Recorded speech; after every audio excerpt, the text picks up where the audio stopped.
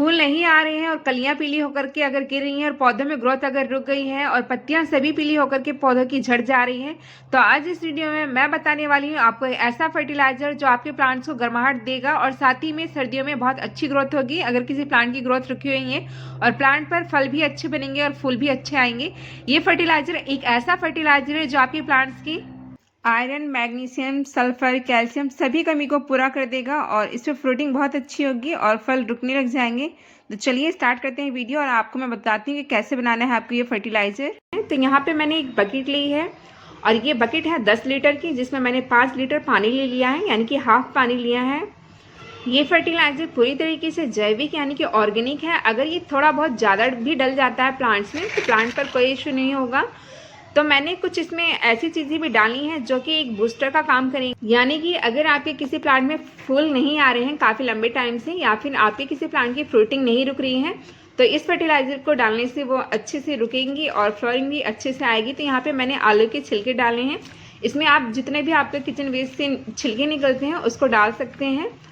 तो इस तरीके से मैं यहाँ पे आलू के छिलके डाल रही हूँ। साथ में आपको कुछ ऑनियन के छिलके दिख रहे हैं।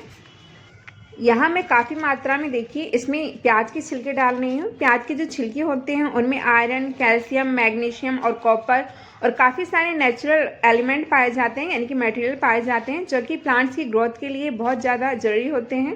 तो इस तरीके से देखिए यहाँ पे मैंने ऑनियन के छिलके डाल दिए हैं इसमें, और कुछ मैं यहाँ पे डाल रही हूँ ये केले के छिलके, और उसके बाद भी मैंने कुछ केले के छिलके ऐड करे थे। तो यहाँ पे मैं अभी थोड़े से ही दिखा रही हूँ।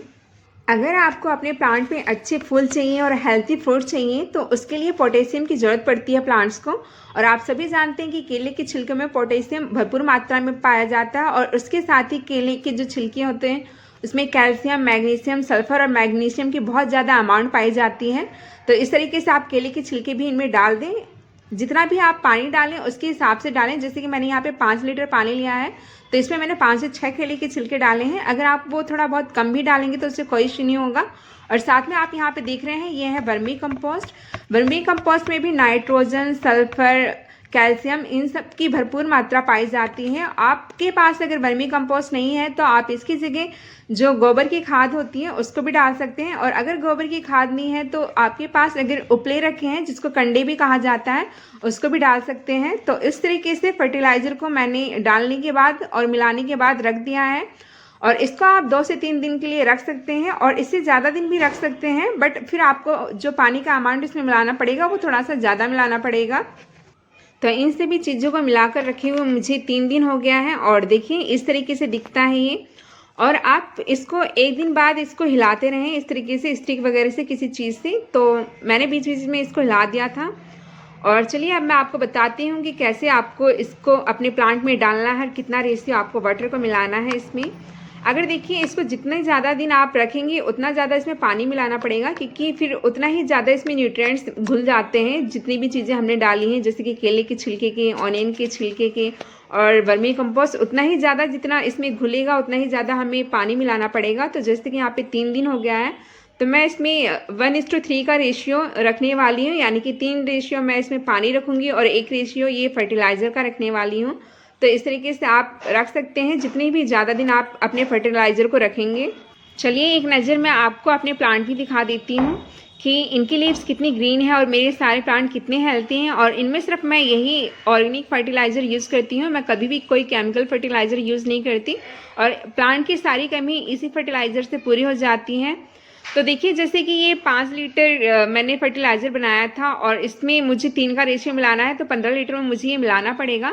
बट इस तरीके से मुझे 20 लीटर की बकेट चाहिए होगी। तो अगर आपके पास कोई बहुत बड़ी बकेट नहीं है तो आप जिससे भी पानी डालते हो, पॉट से या फिर छोटा सा कोई भी डब्बा वगैरह जिससे भी डालते हो, तो उसके हिसाब से आप उसमें जितना पानी आता हो उसके हिसाब से आप उसमें 3-4 ग्लास ये जो लिक्विड फर्टिलाइज़र है उसका मिला दें। अगर ये थोड़ा बहुत ज़्यादा या कम हो जाएगा तो कोई इशू नहीं होगा।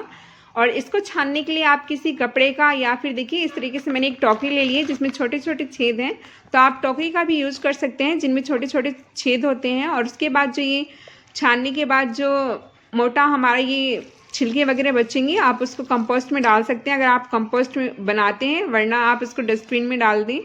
तो चलिए इस तरीके से मैं इसको छान ले रही हूँ। तो आपने देखा ये एक ही बार में पूरा जो लिक्विड था वो निकल गया और जो हमारा ये सॉलिड था छिलके वगैरह वो सब बच गया। तो इस तरीके से आप इजीली छान सकते हैं टोकरी से। तो ये लिक्विड बन गया है और ये जो लिक्विड था उसका मैं ये जो पॉट से पानी देती हूँ, इस पॉट में लगभग 2 लीटर के आसपास पानी आता होगा और इस 2 लीटर में मैं लगभग ये 3 से 4 गिलास देखिए ये जो फर्टिलाइज़र है वो डाल रही हूँ।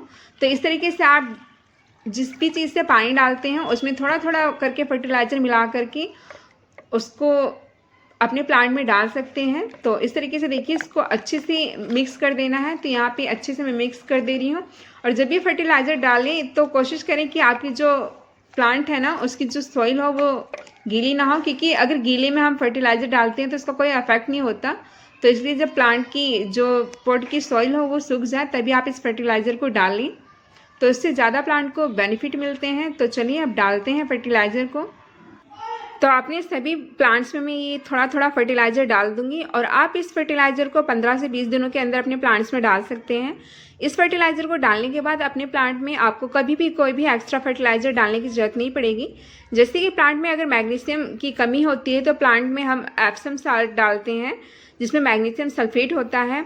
और प्लांट में अगर आयरन की कमी होती है तो हम काफ़ी सारी चीज़ों का, जैसे कि जो हमारी लीफी वेजिटेबल्स होती है उनकी लिक्विड फर्टिलाइज़र बनाते हैं और लोहे का जो पानी होता है उसको डालते हैं, बट उसकी कमी भी इससे पूरी हो जाएगी। और कैल्शियम की कमी के लिए हम काफ़ी लोग एग के जो सेल होते हैं यानी कि छिलके होते हैं उसका चूर्ण बना करके और फिर चूने का जो पानी होता है उसको भी डालते हैं कैल्शियम की कमी की पूरा करने के लिए।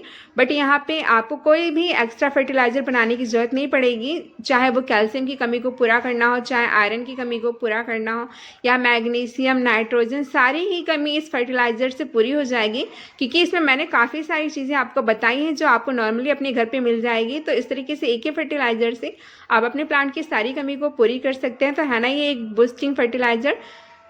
और मेरे सारे प्लांट्स की कंडीशन आपके सामने है और मैं इनमें कुछ भी एक्स्ट्रा केयर नहीं करती। और मेरे जितने भी ये इस तरीके से वेजिटेबल प्लांट होते हैं उनमें भी मैं बस यही फर्टिलाइज़र डालती हूँ। तो इस तरीके से आप ये फर्टिलाइज़र बना करके 15 से 20 दिनों में यूज़ करेंगे तो आपके प्लांट में कोई भी कमी नहीं होगी।